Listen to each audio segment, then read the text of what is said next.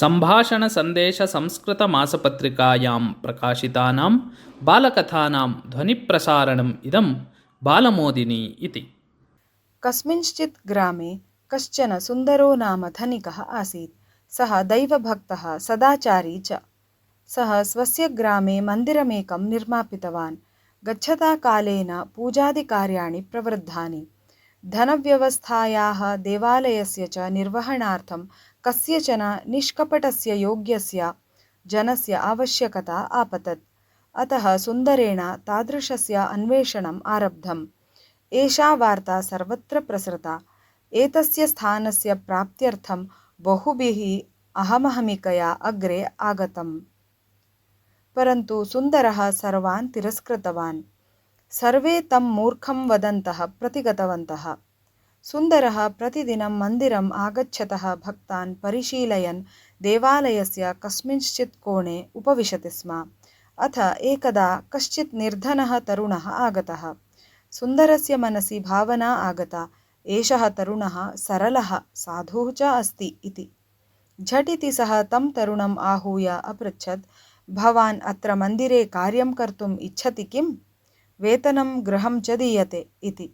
तरुणः अवदत्, अहं कथं वा देवालयस्य व्यवस्थापकः भवेयम्?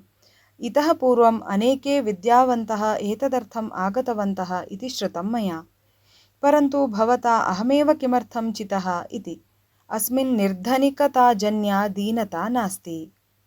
अयं बुद्धिमान् इव भासते इति चिन्तयन् सुन्दरः तस्य मुखं पश्यन् अवदत्, अत्रत्यं कार्यं निर्वोढुं महाविद्यावान् न अपेक्षितः। भवादृशस्य सज्जनस्य आवश्यकता अस्ति अत्र इति। तच्छ्रुत्वा युवकः अपृच्छत्, भवता कथं निर्णीतम् अहं साधुजनः इति? देवालयस्य पुरोभागे मया केचन शिलाखण्डाः विकीर्णाः आसन्।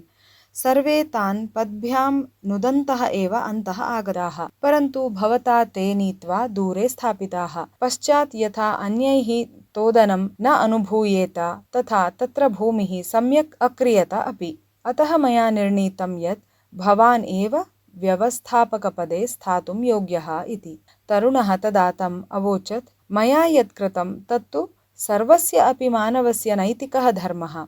किमपि विशिष्टं तु मया न कृतम् इति। तदा सुन्दरः कथितवान्, यः स्वकर्तव्यं स्वयमेव ज्ञात्वा मनःपूर्वकं श्रद्धया कार्यं करोति सः एव अर्हः योग्यः च भवति। अतः भवान् एव इदं कार्यं निर्वोढुं योग्यः इति। सः तरुणः सन्तोषेण सम्मतिम् असूचयत्।